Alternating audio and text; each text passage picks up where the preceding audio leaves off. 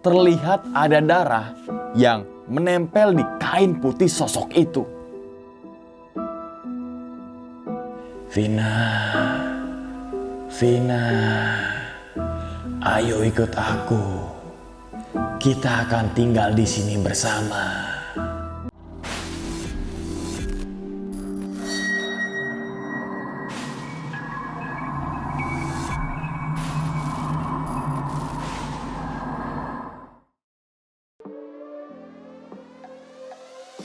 Pengen naik gunung tapi nggak punya perlengkapannya. Nih, Mahameru solusinya. Mahameru Survival Sol adalah brand perusahaan outdoor yang menjual perlengkapan pendakian. Ada banyak pilihan produk nih untuk para pegiat, backpacker, ataupun pecinta alam. Seperti jaket, meja, tas, celana, sendal, dan lain-lain. Desainnya juga aman, nyaman, serta kekinian. Untuk informasi pemesanan, kalian bisa langsung mengunjungi ke marketplace yang tersedia. Kita langsung masuk aja ke dalam ceritanya. Ngopi horor segera dimulai.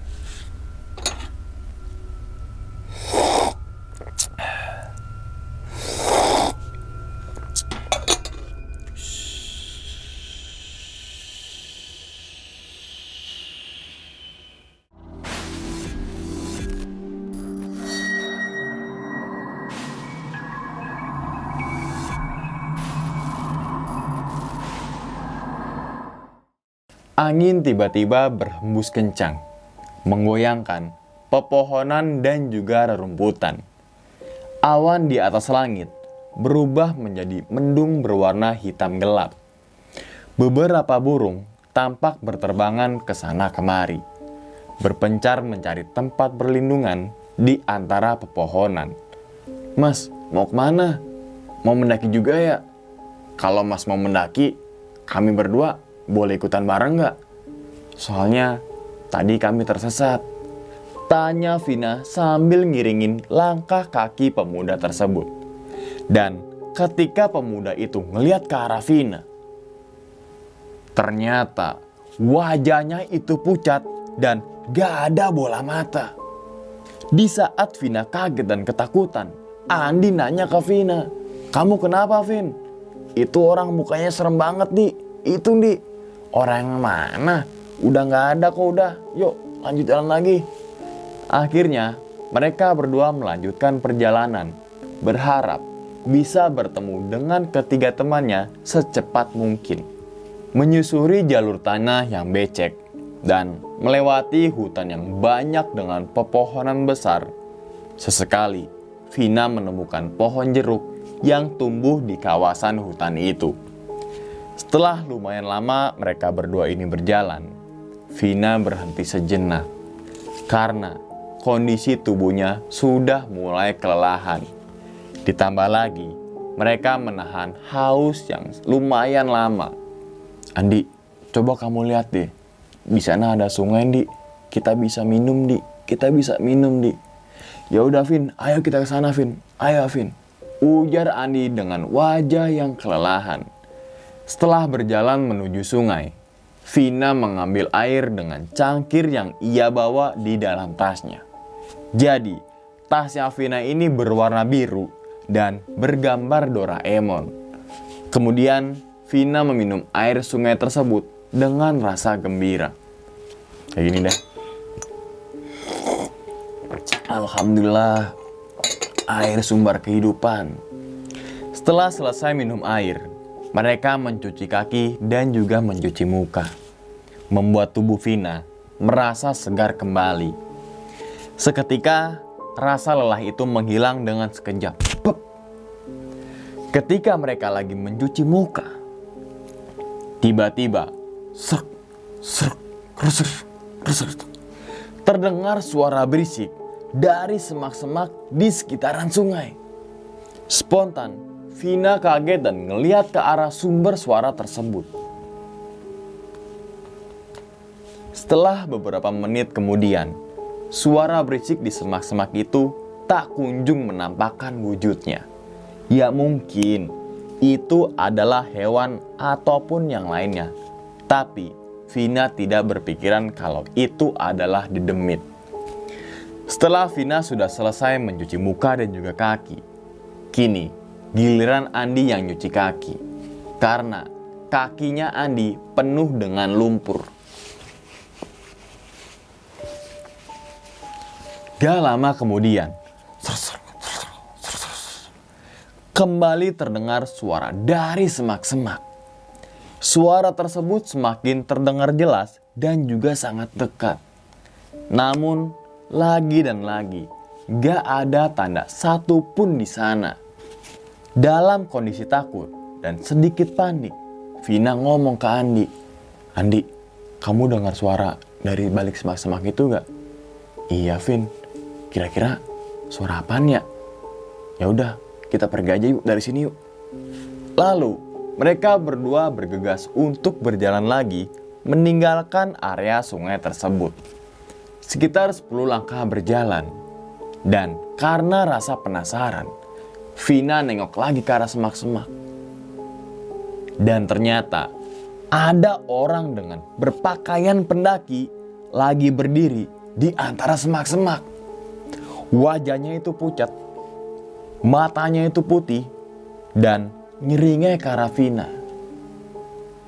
Karena mereka udah berada jarak yang agak jauh dari sungai, Vina memilih untuk gak ngasih tahu Andi tentang kemunculan sosok tersebut. Pandangan Vina ini kembali ke arah depan, dan kakinya terasa sangat berat untuk melangkah. Kepala yang tiba-tiba pusing, pandangan matanya itu berputar-putar, dan sekujur tubuh Vina merinding yang sangat hebat. Dalam keadaan tersebut, ada suara cowok yang bisikin ke Vina, "Vina, Vina, ayo ikut aku. Kita akan tinggal di sini bersama." Astagfirullah, suara apa itu? Mungkin karena aku kebanyakan melamun, jadi suka berpikiran yang aneh-aneh, ucap Vina dalam hati. Akhirnya mereka berdua terus melanjutkan perjalanan. Cuaca saat itu sangatlah cerah.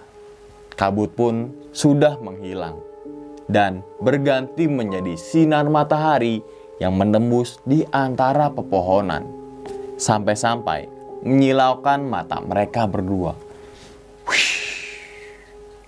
Seketika angin tiba-tiba bertiup kencang menyapu lagi wajah mereka. Kedua tangannya Vina langsung nutupin wajahnya. Begitupun juga Andi. Dia juga menutup wajahnya dengan kedua tangannya. Cuacanya cerah ya, dan panas gini kok tiba-tiba ada angin sih. Nggak tahu, padahal tadi kan nggak ada angin ya. Setelah angin udah nggak berhembus kencang, Vina ini ngebuka mukanya yang tertutup oleh tangan. Lalu, wah! Teriak Vina dengan sedikit ketakutan dan juga kaget. Ternyata matanya si Vina ngeliat sesuatu yang berwarna putih melintas dan melayang di depannya. Sosok tersebut itu muncul berbarengan dengan terpangan angin yang datang lagi, sehingga menghamburkan beberapa dedaunan kering yang berwarna kuning. Saat itu, Vina masih ngeliatin sesuatu yang lagi melayang-melayang itu dan terus berputar di atas mereka. Serta terlihat ada darah yang menempel di kain putih sosok itu. Kemungkinan yang terbang melayang itu adalah sosok kuntilanak. Vina hanya bisa berdoa agar sosok tersebut menghilang dari penglihatannya. Gak lama setelah berdoa, angin perlahan-lahan mulai menjauh dan sosok kuntilanak juga udah mulai menghilang. Alhamdulillah, hampir aja aku kebawa sama angin. Ya Allah. Kemudian mereka melanjutkan perjalanan lagi. Mereka ini masih terus menyusuri hutan yang rapat dan dipenuhi dengan pohon yang amat besar-besar. Vina dan Andi masih mempunyai rasa semangat. Sambil sesekali mereka itu bernyanyi. Untuk apa sih? Untuk mengusir rasa bosan dari keheningan di tengah-tengah sepinya hutan. Selang beberapa menit mereka berjalan, terdengar lagi suara langkah kaki seseorang dari dalam semak-semak. Spontan, Vina nengok ke sumber suara tersebut. Setelah itu, Vina ngomong, "Berhenti dulu, Ndi. Kamu dengar gak suara langkah kaki itu tuh? Tuh kan? Tuh." "Iya, Vin, aku dengar. Suara siapa ya? Kayaknya suara hewan deh. Soalnya itu gak kelihatan." Setelah itu, mereka berdua lanjut jalan lagi. Dan kemudian, ada suara teriak-teriakan dari arah semak-semak. "Vina, Andi, Vin." Ketika ngelihat ke belakang, ternyata yang manggil nama Vina dan juga Andi adalah Maya, Linda, dan juga Ricky. Saat itu mereka berlima sangatlah senang. Dan Ricky menjelaskan bahwa mereka bertiga nyariin Vina dan Andi sejak sebelum di pos 1. Dan mereka bertiga nunggu di pos 1 sangatlah lama. Karena Vina dan Andi gak kunjung datang, mereka bertiga memutuskan untuk ngejemput Vina dan juga Andi tuh teman-teman semua. Karena gak ketemu juga, Ricky, Maya, dan juga Linda naik lagi ke arah pos 2. Kami bertiga khawatir banget, Vin. Kalian kok bisa-bisanya ngilang? Perasaan tadi ada di belakang, ucap Maya dengan rasa penasaran. Ceritanya panjang, Mai. Aku nggak bisa menjelaskan di sini. Nanti kalau sudah sampai rumah aja, baru aku ceritain semuanya sama kalian bertiga. Akhirnya, berkat doa kepada Allah meminta dipertemukan dengan ketiga temannya, kini membuahkan hasil dan terwujud. Dimanapun dan dalam kondisi apapun, tetap selalu berdoa kepada Allah. Insya Allah pasti akan ada jalan keluarnya. Kemudian mereka berlima melanjutkan perjalanan dengan rasa senang dan juga gembira. Dan setelah cukup lama berjalan, sampailah mereka di pos 3. Di sini mereka sempatkan untuk istirahat sejenak. Dan selang 10 menit, mereka ini melanjutkan perjalanan lagi menuju ke pos 4. Di hutan yang makin rapat, sesekali tercium aroma menyegarkan di antara pepohonan yang rimbun, hingga memberikan rasa kesegaran tubuh yang lelah saat mendaki gunung. Baru aja 15 menit berjalan dari pos 3 itu, tiba-tiba Maya terjatuh dan tergeletak di tanah. Hingga akhirnya kaki Maya itu mengalami cedera yang lumayan berat. Di sini mereka pun berhenti dan beristirahat sejenak sambil nunggu kakinya Maya sembuh dari rasa sakitnya. Dan dari kejauhan ada segerombolan babi hutan yang lagi mendekat. Rasa gelisah dan panik yang dirasakan oleh mereka berlima membuat semuanya bingung harus berbuat apa. Rasanya gak mungkin jika harus berlari secepat mungkin untuk menghindar dari babi-babi tersebut. Karena kenapa? Karena kakinya Maya masih mengalami sakit.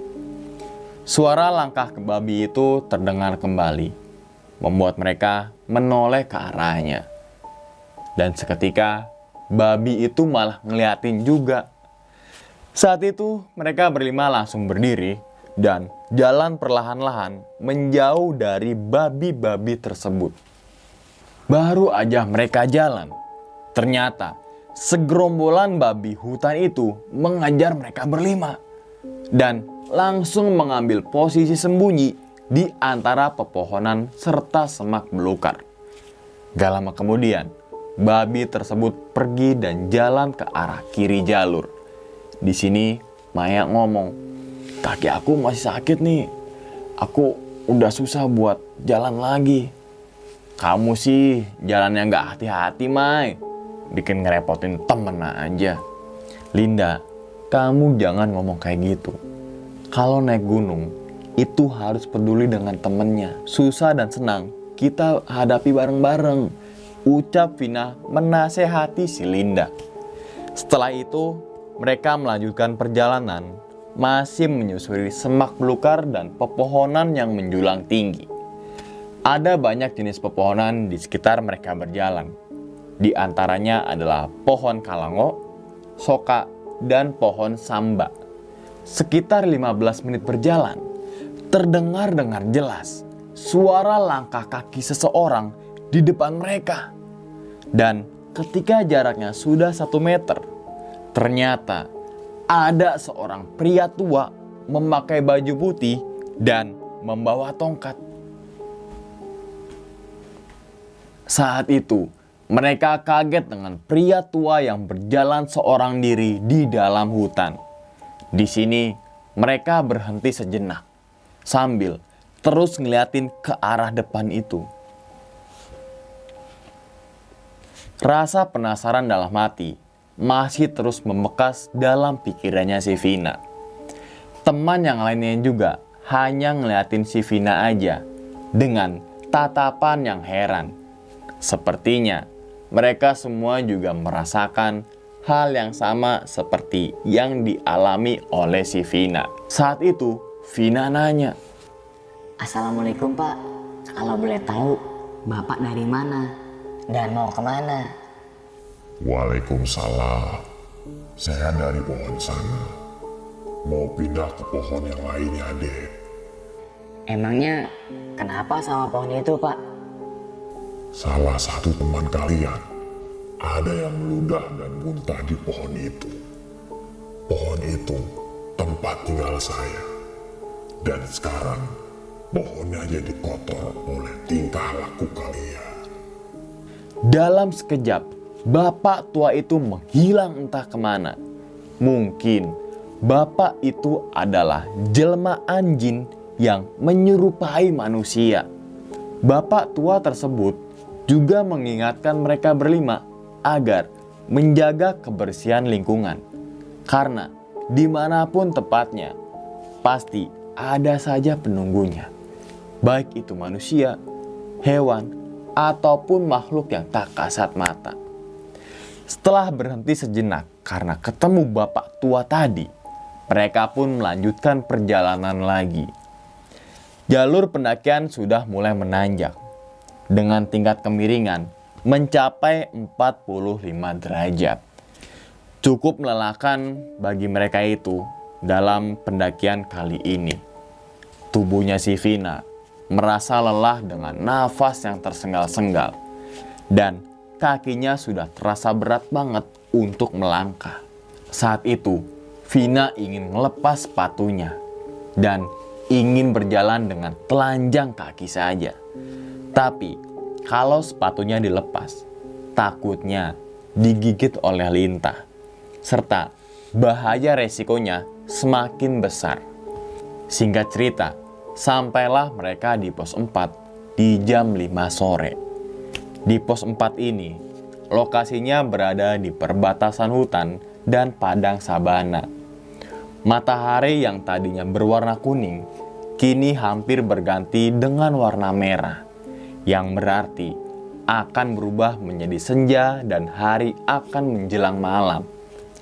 Di pos 4 ini juga, mereka langsung mendirikan 2 tenda dung dan bersiap-siap untuk masak. Ketika lagi masak ini, tiba-tiba angin berhembus kencang dan merusak tenda mereka. Akhirnya, mereka semua keluar tenda untuk apa? Untuk benerin tenda yang roboh akibat terjangan angin itu. Dan ketika keluar tenda, ternyata cuacanya tiba-tiba gerimis. Angin kencang, berkabut, dan awan juga sudah mendung berwarna hitam gelap. Sepertinya akan terjadi badai. Saat itu, mereka langsung benerin tenda dan menancapkan pasak yang kuat ke dalam tanah. Serta gak lupa juga untuk mengikat tali tenda dengan kencang. Setelah cukup lama mereka memperbaiki tenda. Akhirnya, tenda yang roboh kini sudah rapi dan terlihat kokoh. Hari sudah semakin sore menjelang maghrib. Tampak matahari terbenam dari pos 4 ini. Menjelang malam, mereka duduk santai di teras tenda sambil memakan cemilan dan juga teh hangat. Tak terasa, hari sudah larut malam. Waktunya mereka harus istirahat dan tidur agar memulihkan tenaga untuk esok hari jalan menuju ke puncak Gunung Tambora. Jaket tebal dan sleeping bag yang tipis gak mampu menghangatkan tubuhnya Vina dari dinginnya malam. Vina ini hanya terbaring dan terdiam di dalam tenda. Sedangkan kedua temannya, yaitu Linda dan juga Maya, sudah tertidur pulas. Sekitar jam 11 malam, terdengar suara dari luar tenda. Sepertinya ada orang yang lagi jalan mengelilingi tendanya. Vina hanya diam dan gak ngeliat ke arah luar karena sudah larut malam. Gak lama kemudian, tiba-tiba tenda yang Vina tempati itu bergoyang dengan kencang seperti gempa. Di saat ketakutan dan panik itu, ternyata pintu tendanya kebuka sendiri. Dan seketika Vina langsung bangun dan nutup pintu tendanya lagi. Sret, sret, sret, sret, sret. Belum sempat tertutup rapat, terdengar suara orang yang lagi nangis.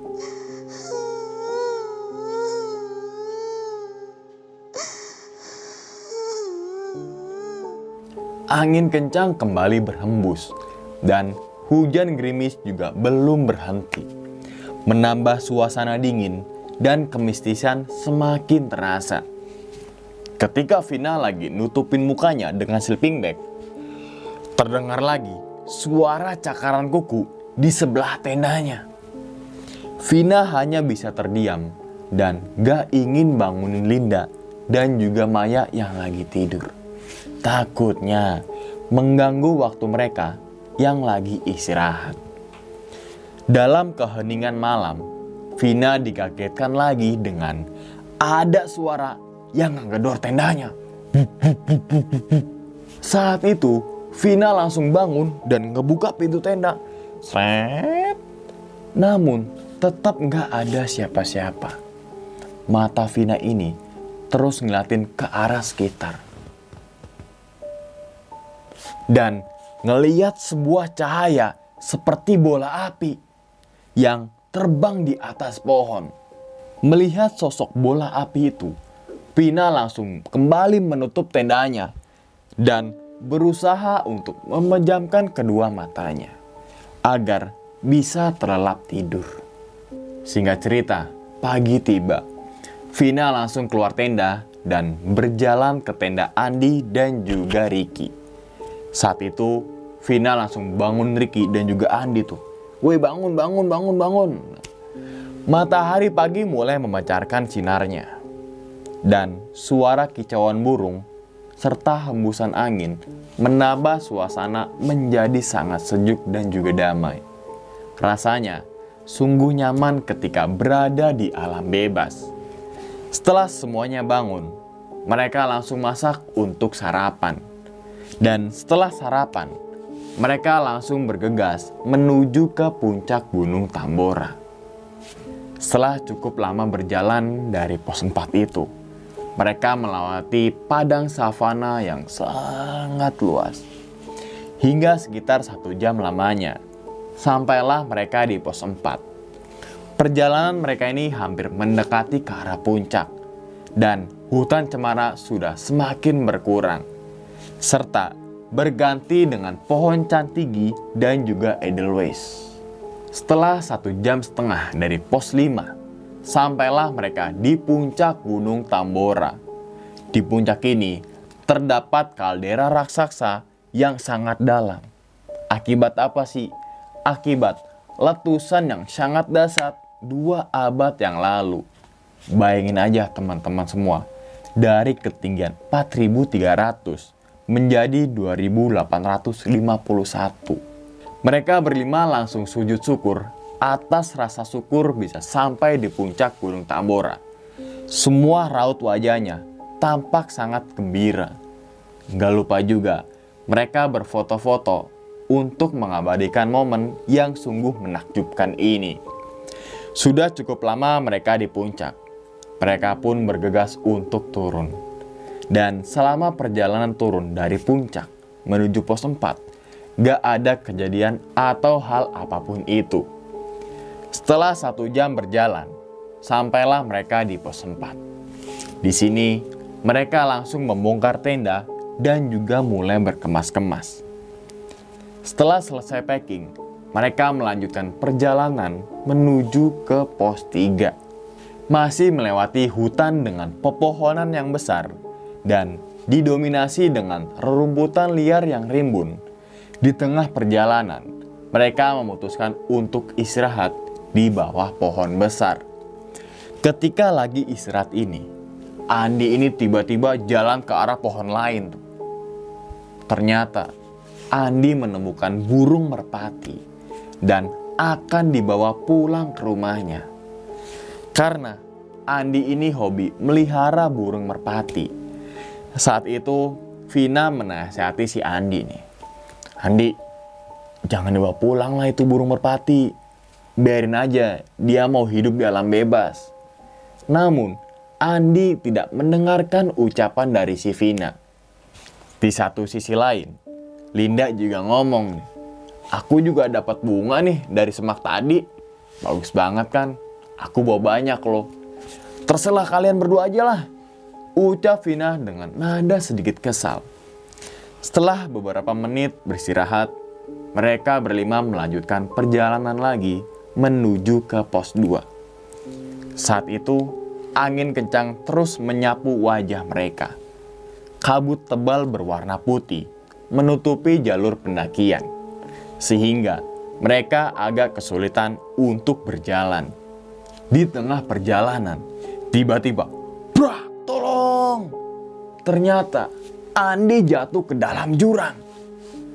Tubuhnya itu masih menggantung sambil tangannya berpegang ke dahan kayu besar. Karena nggak kelihatan tertutup oleh kabut, Vina ini ngambil senter di dalam tasnya dan mengarahkan senternya itu ke lokasi Andi terjatuh. Kemudian, Ricky ngeluarin tali tambang dari tasnya dan langsung melempar ke arah si Andi. "Deh, tangkep!" Hingga akhirnya, Andi berhasil diangkat ke atas lagi. Saat itu, Andi langsung menceritakan ketika berada di dalam jurang itu. Ternyata, Andi ngeliat ada seorang wanita memakai baju berwarna hijau dan ngeliatin Andi sambil melambaikan tangan. Kemudian Vina ini ngomong ke Andi, "Andi, kamu jangan nyeritain langsung di sinilah. Mending kita jalan lagi aja. Keburu malam nanti."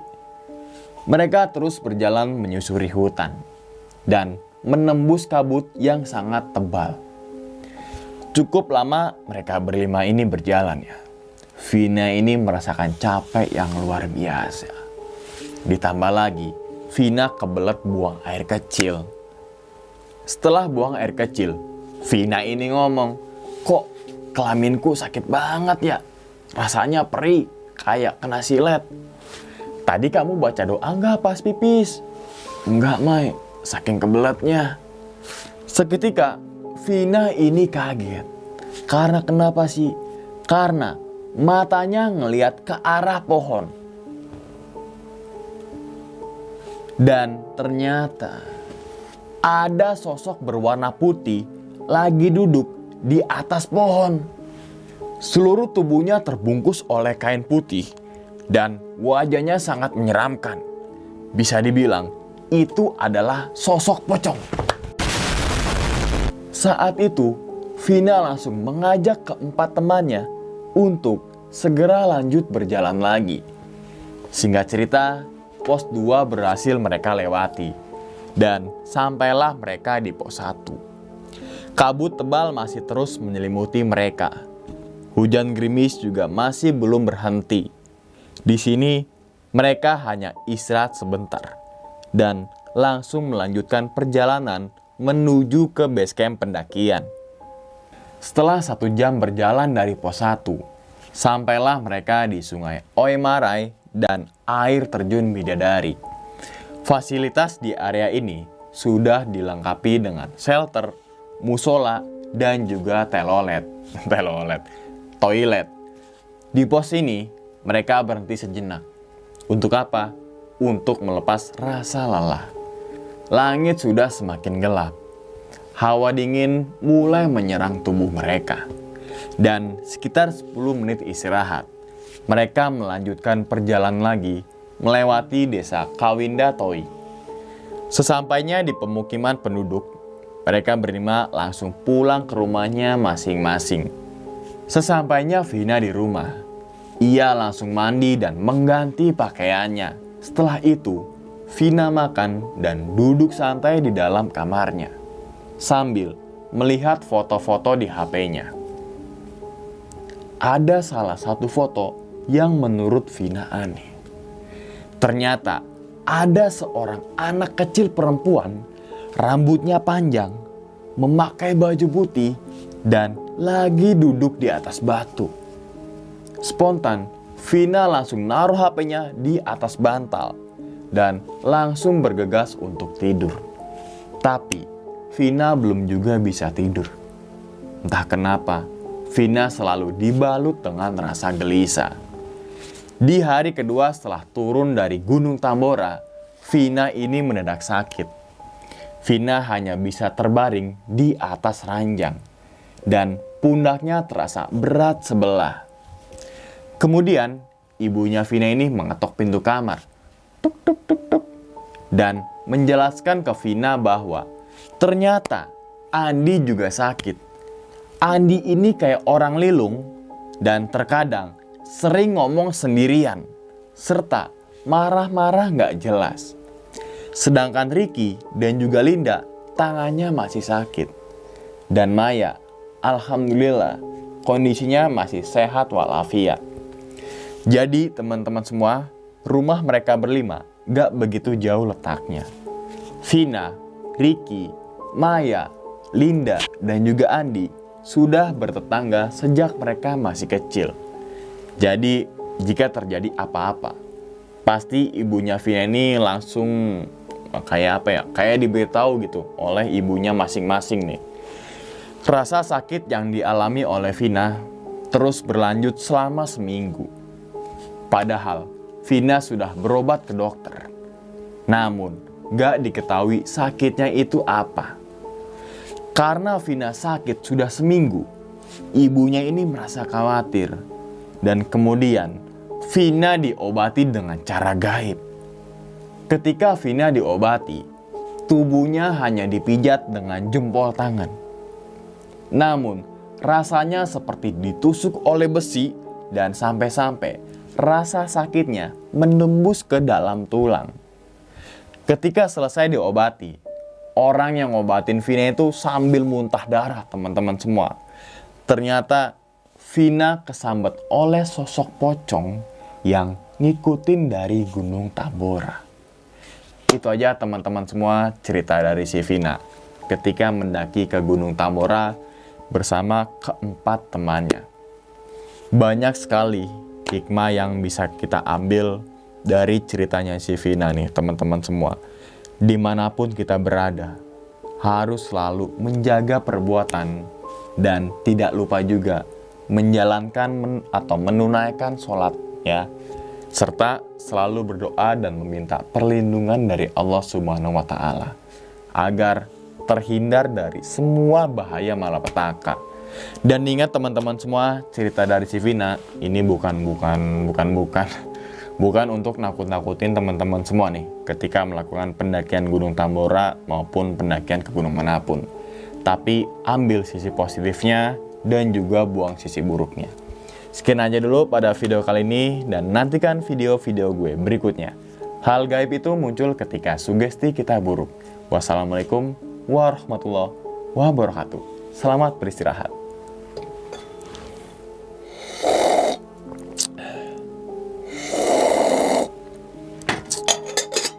Alhamdulillah.